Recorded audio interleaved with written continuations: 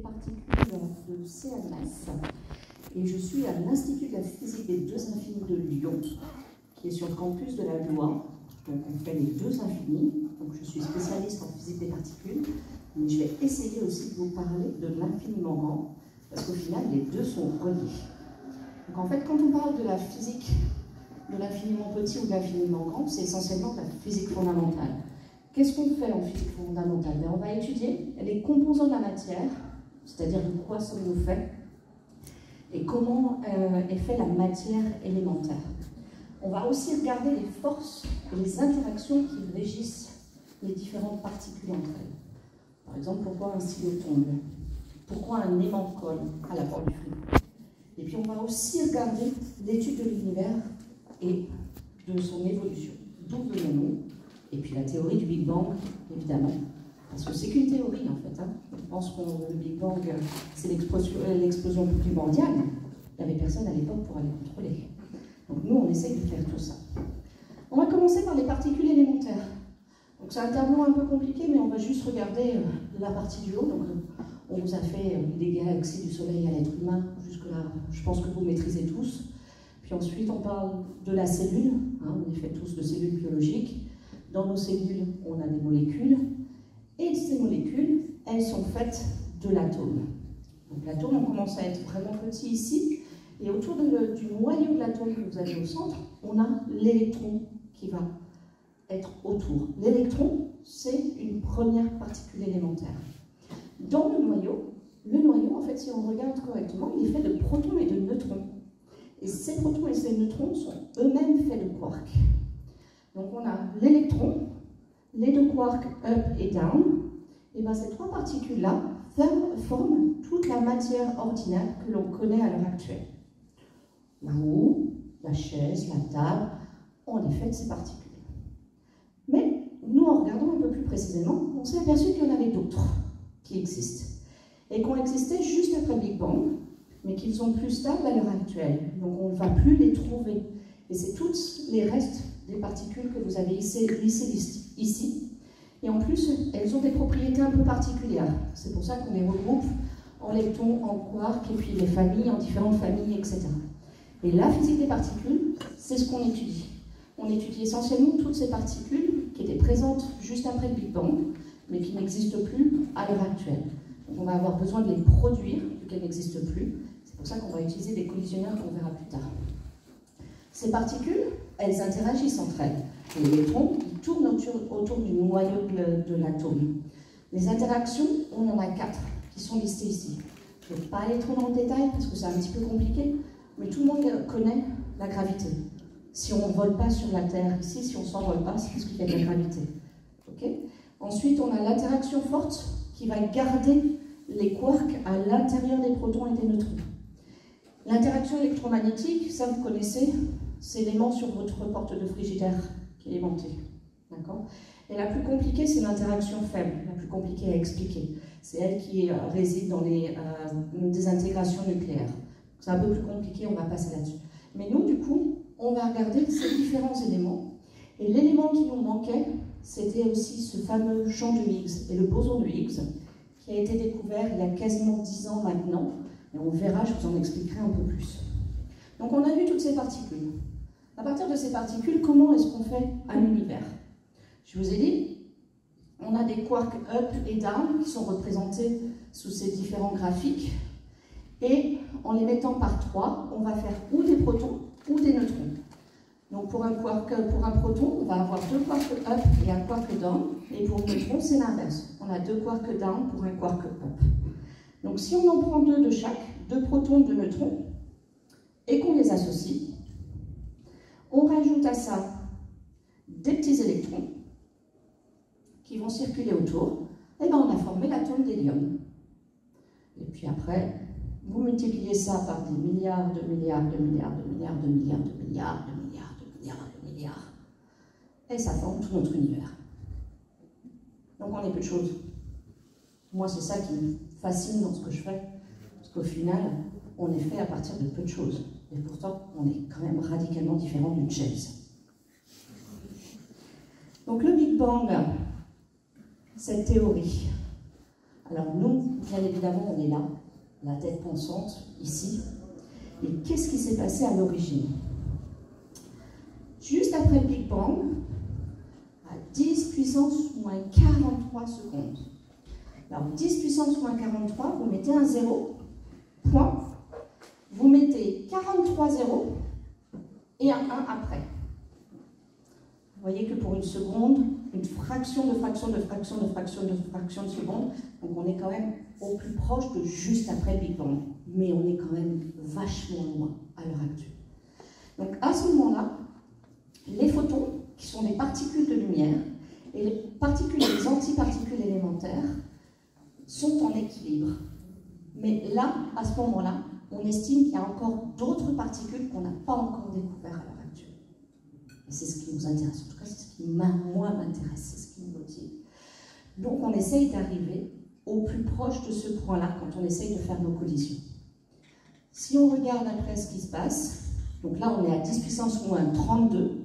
On est revenu quand même 1 milliard, plus d'un 10 milliards de fois au-dessus de l'autre. On a l'univers qui arrête son processus d'inflation. Alors c'est un truc un peu compliqué, mais en gros, c'est là où les particules vont commencer à interagir entre elles. Elles vont commencer à interagir différemment. Et à ce moment-là, pour une raison qu'on ne comprend pas, dans notre univers, on a un très léger excès de matière. On a 1 sur, je crois que c'est 10 milliards, ça a 1 milliard, on a 1 sur 1 milliard de plus de matière que d'antimatière. Et c'est ce 1 sur 1 milliard qui fait qu'on est là. Mais pourquoi il est arrivé? Ben ça, on ne sait pas. Et c'est ce qu'on essaie de comprendre.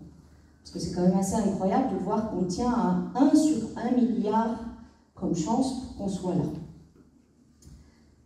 On continue, l'univers se refroidit parce qu'il s'étend, et de plus en plus, les particules interagissent entre elles, et on ne trouve plus d'antiquarks. Les antiparticules, c'est l'opposé de la particule, c'est l'antimatière par rapport à la matière, et quand on met la matière et l'antimatière, les deux disparaissent ensemble.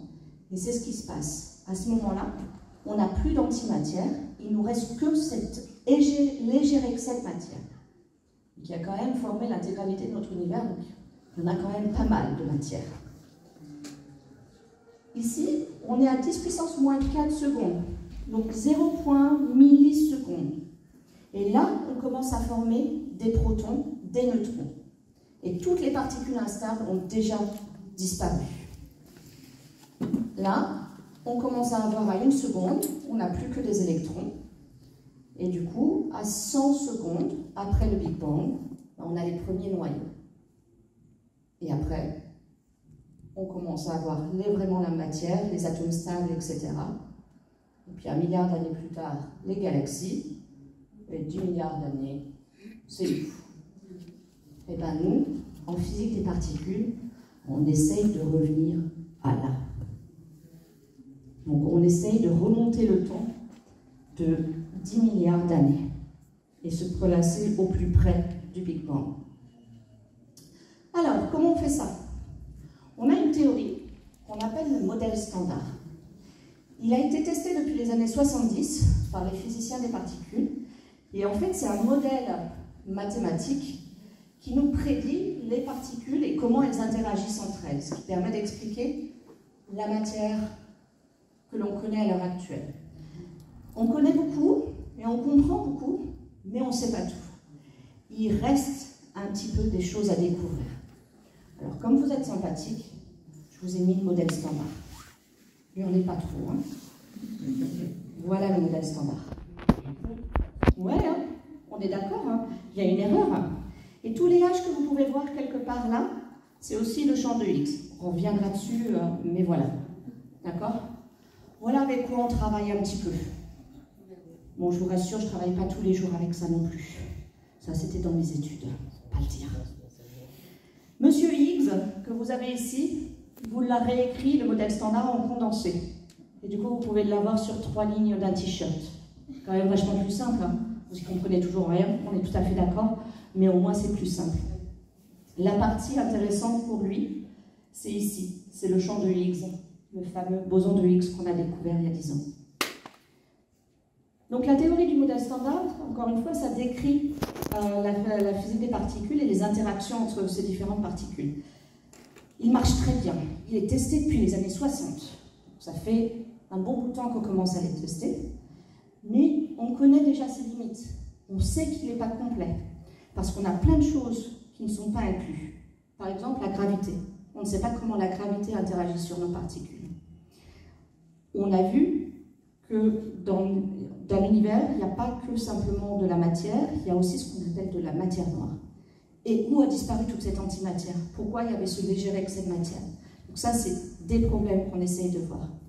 Donc si on revient à l'idée de la gravité, parce qu'on aime bien tout unifier, faire des symétries pour nous, en tant qu'humains, on aime ça. On aime voir des choses comme ça. Donc ce qu'on essaie de faire, c'est l'unification des forces. Au début de la présentation, je vous ai dit qu'il y avait les 4 forces. Alors, électromagnétisme, la force faible et la force forte. Vous êtes tellement balèze en anglais que vous aviez tout compris. Hein. Et puis ici, on va trouver la gravitation, en bas. Ce qu'on essaye de faire, et là où on est avec le modèle standard, c'est qu'on a réussi à unifier ces deux-là. Et on essaye d'unifier la 3e. Et à l'heure actuelle, c'est notre limite expérimentale. C'est-à-dire que c'est là où on peut aller. Et tout en haut, vous avez l'échelle des énergies, mais aussi l'échelle des temps par rapport au Big Bang. D'accord? Donc on est à peu près 10 moins 10 secondes à l'heure actuelle. Et nous, ce qu'on veut, c'est remonter vraiment jusqu'à 10 puissance moins 40, 47 secondes, voire même le temps zéro. Mais on pense qu'au temps zéro, on n'y rêvera pas. Et ce qu'on essaye de faire aussi, à la fin, quand on aura réussi à pousser cette limite expérimentale un peu plus vers la droite, qu'on aura ici la grande unification, on espère atteindre à la super unification, c'est-à-dire unifier également la gravité. Et ça nous prendra quand même un petit peu de temps. J'ai un peu peur que ce soit pour les enfants de nos enfants, s'ils sont très intelligents. Autre chose, donc je vous ai parlé de l'antimatière, mais je ne vous l'ai pas décrite réellement, je vous la décris ici. Donc ici, pour chaque type de particule, il existe son antiparticule.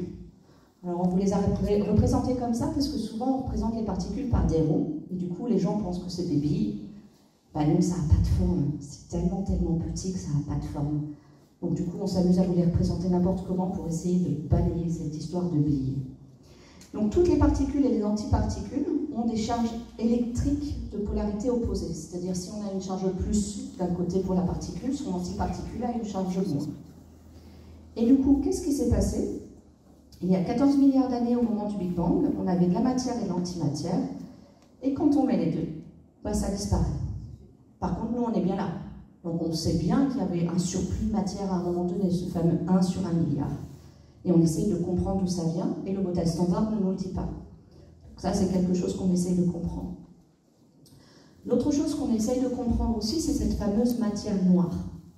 Qu'est-ce qu'on appelle la matière noire dans notre univers? C'est un peu simple. C'est des choses qu'on ne voit pas. Alors, comment est-ce qu'on a pu théoriser la matière noire? C'est que les gens ont regardé la vitesse de rotation des galaxies, celles qui ont des bras. Vous savez, celles qu'on appelle des bras. Alors, la photo n'est pas super, mais celle-là, elle a des bras quand même, un petit peu ici. Et en fait, en mesurant la luminosité d'une galaxie, on arrive à déterminer sa masse. Alors, on n'est pas au gramme près, hein, quand même, hein. Voire à l'atome près. On n'est pas à ce niveau-là. Hein. On est quand même sur des facteurs beaucoup plus gros. On détermine la masse, mais pas avec des précisions très précises. D'ailleurs, il y a un stand de mesure de l'ENS. Allez leur demander à quelle précision on peut déterminer ces choses-là. Ça peut être intéressant. Je les embête. Alors, ce qu'on a regardé, c'est quand on regarde la masse à partir du disque lumineux, donc vous avez ici la distance et la vitesse de rotation, ça aurait dû suivre cette ligne-là.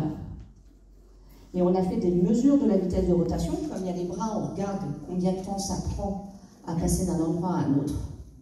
Et c'est ce qu'on a observé ici. Donc quand même, on est relativement loin de ce qu'on avait théorisé. D'accord ?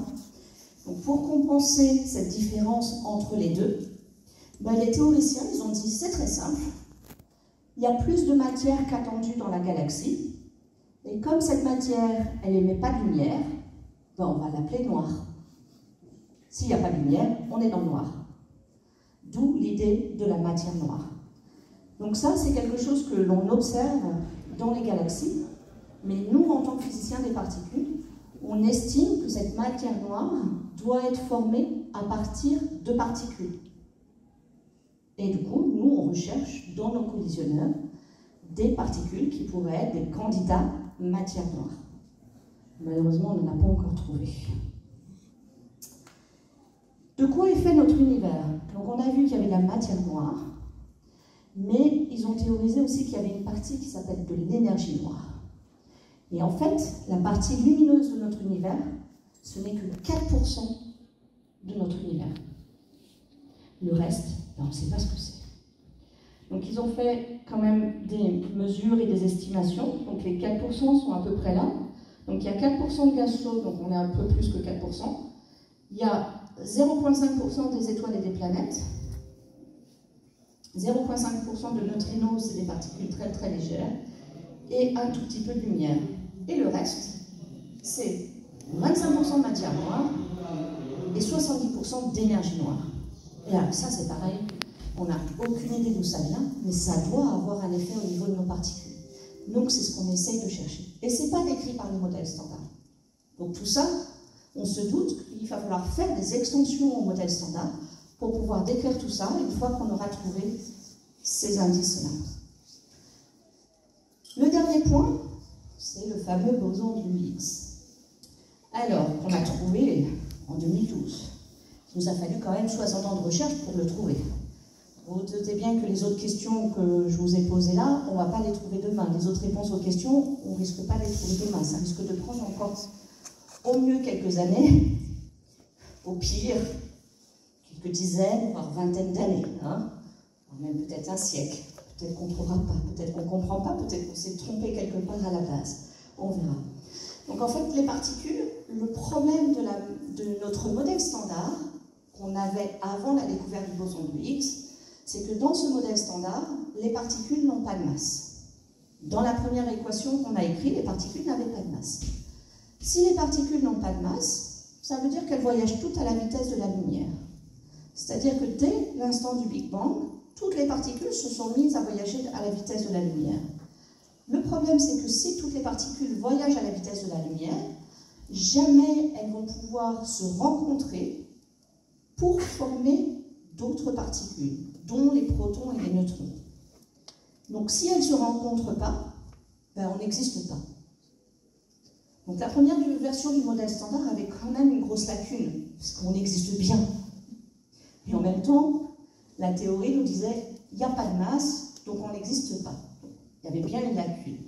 Et c'est messieurs Higgs, Root et Englert qui, en même temps, ont rajouté un petit terme à la théorie qui ne changeait rien, mais qui permettait de générer la masse aux particules. Donc ce petit terme, il nous arrangeait bien. Sauf que nous, en tant que physiciens des particules, il fallait qu'on trouve une particule associée à ce terme mathématique qui était le fameux boson de Higgs. Donc ça, c'est la hiérarchie des masses. Donc là-dessus, il vous manque un quark, parce qu'on a le quark top qui est aussi massif que ça par rapport aux autres. Et ça, par contre, la hiérarchie des masses, c'est-à-dire que toutes les particules aient des masses différentes, ça c'est quelque chose qu'on ne comprend toujours pas, et qui n'est pas expliqué par le modèle standard, et que le boson de Higgs n'est pas clair. Alors, comment fonctionne le boson de Higgs? Donc ça, c'est ce que je vous ai dit, ça a été théorisé, voilà, de manière simple. On est dans une convention, il y a beaucoup de gens, et ben, vous allez tout à fait comprendre. Si on prend une salle avec des gens uniformément répartis, d'accord, et que dans cette salle, vous y faites rentrer une célébrité. Suivant le niveau de célébrité de cette personne, il va y avoir plus ou moins de personnes qui vont venir s'agglutiner autour d'elle. Et quand cette personne va essayer de se déplacer, ben elle va avoir plus ou moins de mal suivant sa célébrité. Donc elle va avoir acquis une masse plus importante, parce qu'elle va avoir plus de mal à se déplacer. D'accord? Et bien vous avez compris le principe du boson de Higgs. et du champ du Higgs. Voilà.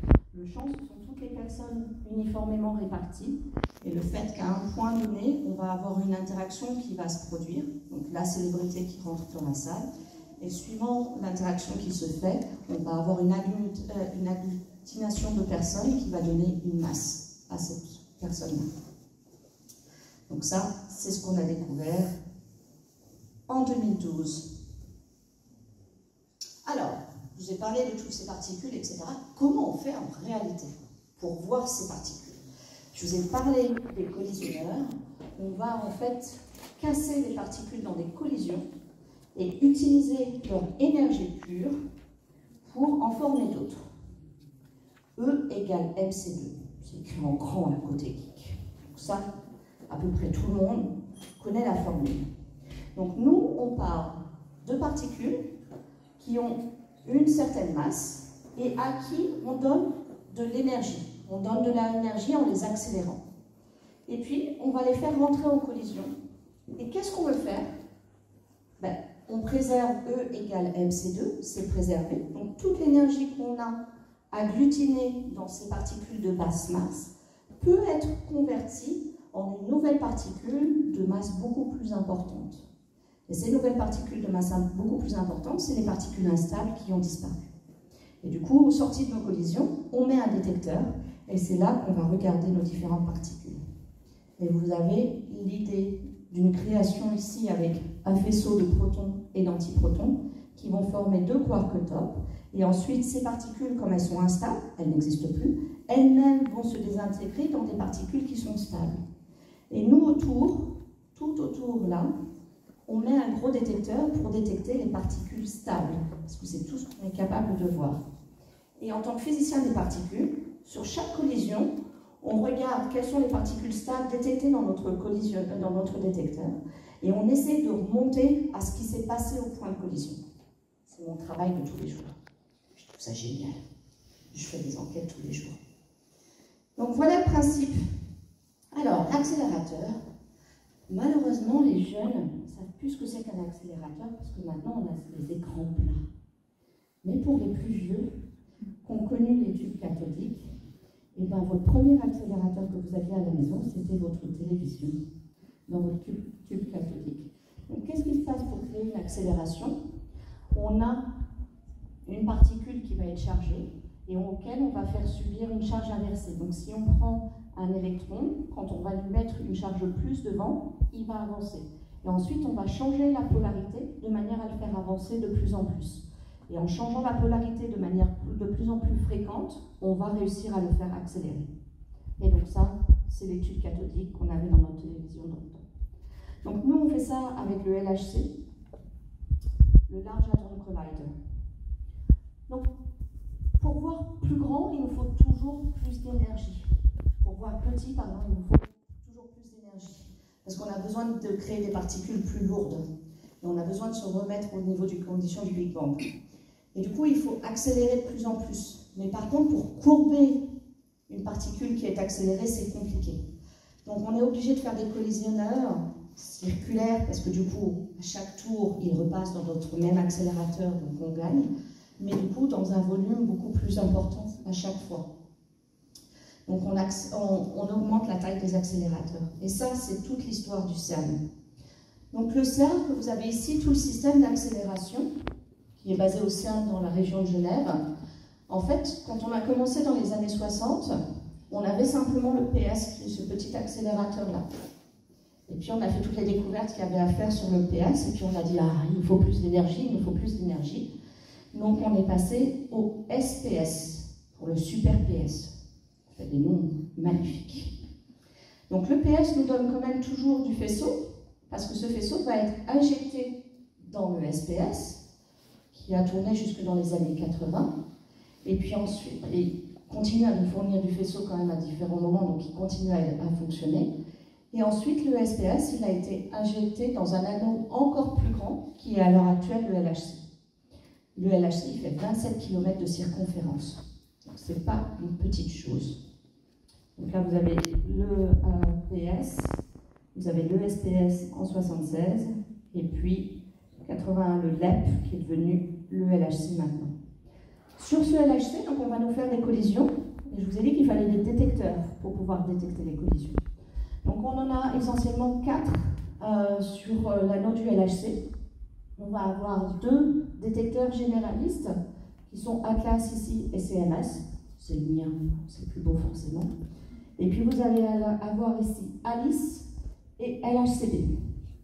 Alice va regarder, va pas essayer de remonter jusqu'au Big Bang. Ils vont étudier un état de matière qu'on appelle le plasma de quark et gluon. J'ai une collègue, si vous voulez en savoir plus sur le stand, elle sera ravie de vous expliquer tout ça. LHCb, eux, ils vont regarder vraiment la différence entre matière et antimatière. Donc on fait des collisions légèrement dédiées pour regarder, voilà. Et entre Atlas et CMS, c'est un peu la compète au premier qui trouvera. Et ça a été la compète pour le Higgs. Et on partage un bâtiment qui est circulaire, moitié Atlas, moitié CMS. Au moment de la découverte, on nous a dit surtout, vous ne laissez plus traîner vos impressions aux imprimantes, parce qu'il ne fallait pas que les gens d'Atlas puissent les lire. Parce qu'on partage les imprimantes qui sont pile poil sur la transition. On a des mots d'ordre. Quand on imprimait un document, on allait courir le chercher pour éviter que les gens d'Atlas voient ce qu'on faisait. Bon, il y a beaucoup de maris et femmes qui sont l'un d'un côté, l'autre de l'autre. Donc, ces petits genres, Atlas n'est pas au courant, CMS n'est pas au courant, il y a toujours des rumeurs qui courent. C'est comme partout, c'est comme la vie. Alors, le LHC en quelques chiffres.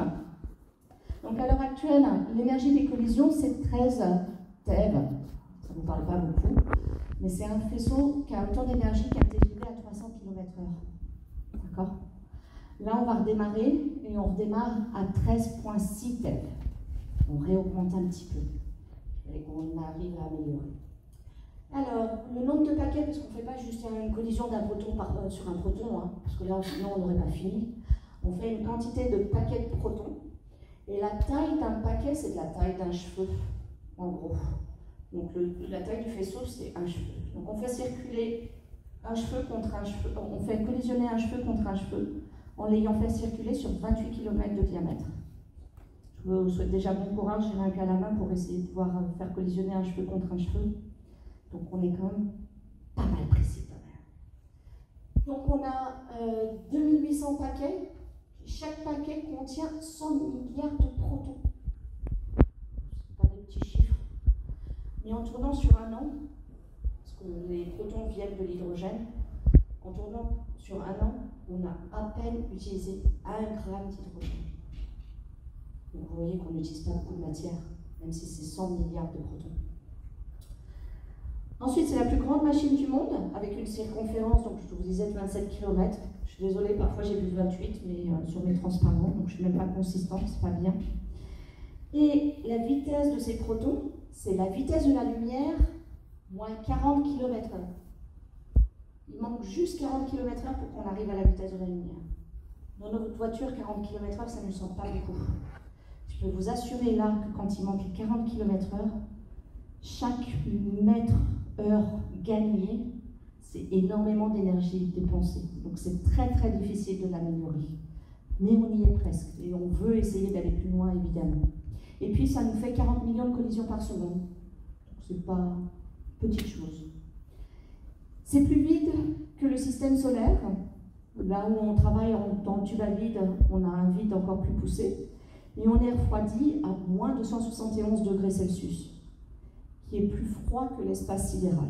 On arrive à faire quelque chose encore plus froid que l'espace sidéral. Et puis le coût, parce qu'on nous pose souvent la question, là, en tant que physicienne, généralement je ne connais pas la réponse, donc je l'ai écrite pour le savoir. C'est 3 milliards d'euros pour l'accélérateur et 400 millions d'euros pour chacun des détecteurs à classe CMS. Alors vous allez me dire, oh la vache, ça coûte cher. Sauf que c'est partagé sur plus d'une vingtaine de pays. D'accord? Et je voudrais rappeler quand même que la France doit acheter un porte-avions bientôt. La France seule, 5 milliards d'euros. 3 milliards d'euros divisés par 20 pays. Au moins, voire plus. Voilà. J'en dirai pas plus. Donc nos détecteurs sont un peu géants. Là, c'est sur des périodes de construction. Mais juste pour vous donner une idée de la taille, vous avez des hommes ici. Il Et vous voyez là la taille du cercle bleu que vous voyez après. Ça, alors malheureusement, j'ai que des photos d'Atlas. Je ne comprends pas pourquoi j'ai pas de photos de CMS, c'est pas grave. Ça, c'est la taille aussi d'un tout petit élément du détecteur. Il est listé là-haut en jaune. Vous voyez déjà la taille, c'est plutôt pas mal.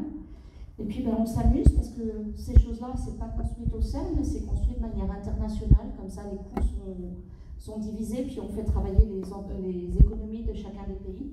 Par contre, à un moment donné, il faut tout ramener au CERN, vu que c'est là que tout se fait. Et ça ne passe pas sous les ponts. Donc, on ne s'embête pas, on fait passer au-dessus des ponts. On est des fous, on est des dingues. Et au final, on arrive à avoir des dizaines de millions de collisions par seconde, 7 jours sur 7, 24 heures sur 24, 9 mois sur 12. Ok ? Et en faisant ça, sur l'année 2012, on n'a produit que 1000 bosons de Higgs. D'accord ? Donc vous imaginez bien que si on fait moins que ça, c'est pour ça que ça nous a pris jusqu'à 60 ans, parce que si on n'a pas une machine aussi puissante, on avait un boson de Higgs par an. Je vous souhaite bon courage pour réussir à le trouver dans les données. Ça, c'est la partie infiniment petite. Je suis en retard, on est ressorti, on va dire que j'ai du temps. Je crois que je traîne, mais bon. On passe à la partie infiniment grande. Donc, je reviens un petit peu sur la gravité, parce que là, du coup, on va essayer de voir comment on peut unifier l'autre partie. Et ça, c'est ce qu'on travaille dans l'espace. Donc, la gravité, elle a évolué dans le temps. Donc, dans les années 1700, avec Newton, on voyait la gravité comme une force instantanée qui interagit à distance. Et puis avec Einstein, c'est devenu un petit peu plus complexe. On a dit que c'était une conséquence de la courbure de l'espace-temps qui agit à la vitesse de la lumière. Alors en physique, l'espace-temps, c'est une représentation mathématique de l'espace et du temps comme deux notions inséparables qui s'influencent l'une l'autre. Et en fait, ce qu'on voit, c'est que les masses peuvent courber l'espace-temps. Donc c'est le petit graphique que vous avez là. Et donc, c'est ce qu'on essaye de regarder dans notre univers. Donc, comment est-ce qu'on a vu ça ? Ça a été par les ondes gravitationnelles. En regardant des perturbations de l'espace-temps, qui seraient du coup des prédictions de la relativité générale, qu'on essaye de tester toujours en permanence. Et elles vont être engendrées par des accélérations de masse qui vont se propager à la vitesse de la lumière. Donc, les premières expériences qui ont été faites, les premières observations, c'est en 2015, on a observé une première fusion de trous noirs. Et puis ensuite, il y a eu des fusions d'étoiles à neutrons. Et maintenant, on a à peu près un événement par semaine. Donc en fait, on s'aperçoit que c'est vachement plus fréquent que ce qu'on pensait. On n'avait juste pas les détecteurs en place pour le voir. Et ils ont eu le prix Nobel en 2017. Et du coup, ça permet de sonder directement la gravité et la dynamique des phénomènes ultra-violents dans l'univers, mais qui se passent tellement loin qu'on ne les voit pas. Et ça a des implications pour nous. Alors, comment est-ce qu'on détecte les collisions d'objets, ou cette fluctuation de l'espace-temps? En fait, on va utiliser ce qu'on appelle un Michelson. C'est un système de miroir. Donc, il y a un petit schéma qui va venir après, où on va envoyer un faisceau laser sur deux des miroirs et on va regarder les perturbations. Donc, ce schéma qui est là, en fait, on doit le faire sur des kilomètres pour réussir à voir quelque chose. Parce que c'est très faible, ce qu'on essaye de voir, c'est 10 puissance moins 21. Donc je vous rappelle, un 0 suivi de point, suivi de 21 0 avant que vous mettiez un 1. Donc c'est des choses extrêmement petites. Donc on a besoin d'avoir des choses qui sont sur des kilomètres. Alors comment on le voit? Je trouve que ce schéma-là, s'il veut bien partir, c'est carrément plus simple pour vous expliquer. Donc on a des miroirs qui vont refléter la lumière d'un faisceau laser. Et si ces miroirs, si l'un des deux miroirs bouge, on va avoir une perte de corrélation entre les lumières émises et reçues. Donc ça, on a un premier faisceau de lumière qui va se refléter dans le miroir, donc qui revient, et qui va retrouver son camarade de l'autre côté. Et du coup, ici, on va recombiner la lumière, et on va observer ce qui se passe en recombinant. On est parti d'une seule onde, et ici, vous voyez que les deux sont distordus l'une par rapport à l'autre. Et c'est ça qu'on va être capable d'observer. Normalement, s'il ne se passe rien, si les deux miroirs sont stables, on va observer qu'une seule onde. Si les deux miroirs bougent, on va observer une distorsion. Et c'est ce qu'on regarde. Sur notre stand, on a un petit Michelson qui vous montre ce phénomène-là. Et ça, on essaye de le voir en cherchant les ondes gravitationnelles. Alors, les ondes gravitationnelles, c'est quoi? Quand on a deux objets massifs qui rentrent en collision. Donc vous avez le temps ici avant de la collision. Bon, bien évidemment, c'est de la simulation, hein, parce qu'on ne sait pas comment ça se passe. Ils se rapprochent de plus en plus, et puis à un moment donné, ils vont fusionner. En dessous, c'est l'espace-temps, avec les trous noirs. C'est des trous noirs ici qui sont formés. Et regardez quand c'est ce qui se passe à zéro. Vous voyez, il y a comme une gerbe qui remonte au moment de la fusion des deux objets massifs. Et vous voyez l'espace-temps en dessous, il va onduler, il va faire des ondes, comme vous envoyez quelque chose dans un lac ou sur une surface de l'eau. Et c'est ces ondes-là qu'on va détecter grâce à notre Michelson. C'est ce qu'on appelle les ondes gravitationnelles.